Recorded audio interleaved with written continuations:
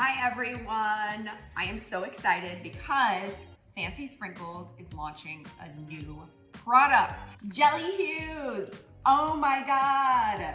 Honestly, it took like 2 years to get it right. I didn't want to skimp on quality. I'm all about problem solving. So if you're a baker, you already know what food coloring gels are and how they differ from liquid food colorings that you might find at the grocery store. Why do bakers use these? Because they're so much better. I always say it's like comparing a really pigmented eyeshadow with a really crappy powdered eyeshadow from the drugstore. You're just gonna get a lot more color payoff with a food coloring gel, and you can use it to dye frostings, pancake batter, cake batter, cream cheese. You can dye other foods. Like I always put this in rice when I'm cooking rice. I let my kids pick a color and we do colored rice. And I'm not gonna lie, sometimes my kids even put a few drops of these in the bathtub to tint their water. Have you ever seen food coloring packaged this way? They're gorgeous, darling, gorgeous. This is our first pack we've done, and it's called the Bold Necessities pack.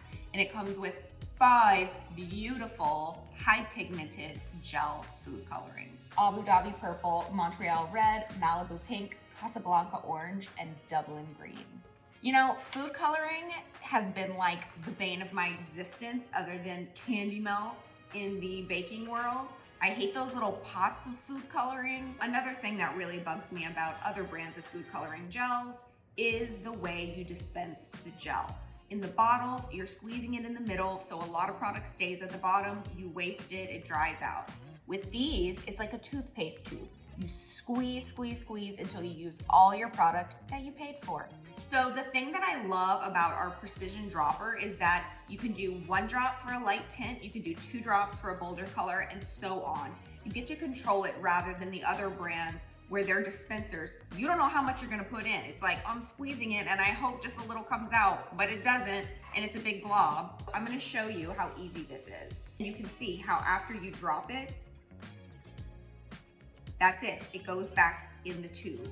So you're really able to get more of a precise dropping, and that way you can remember, oh, I made this amount of frosting and it takes 2 drops of this coloring versus, I don't know how much is gonna come out. So that was 2 drops in white cream cheese frosting. And as you can see, even though this frosting is white, we're getting a really, really beautiful color payoff with this. I'm using the term color payoff because I saw it in a makeup TikTok, and I guess it means like high color yield or whatever, but I'm trying to sound like I know what I'm talking about. This was 2 drops, and you can see it's this really beautiful pink. Now, if I want to do like a hot pink, I'm gonna go back and do 3, 4,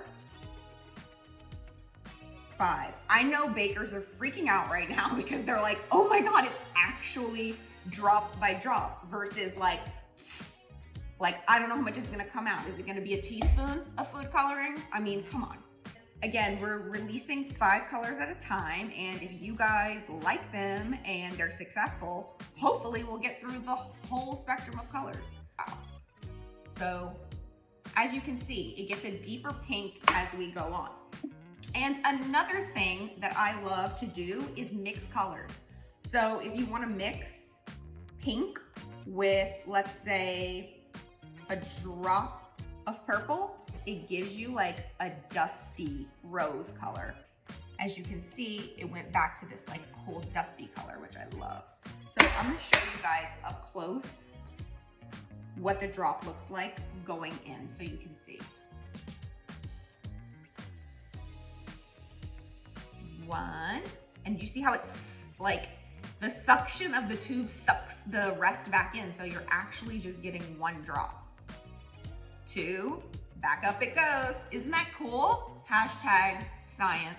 So now I'm gonna mix 2 more drops of purple to see if I can get like a little pinky lavender going.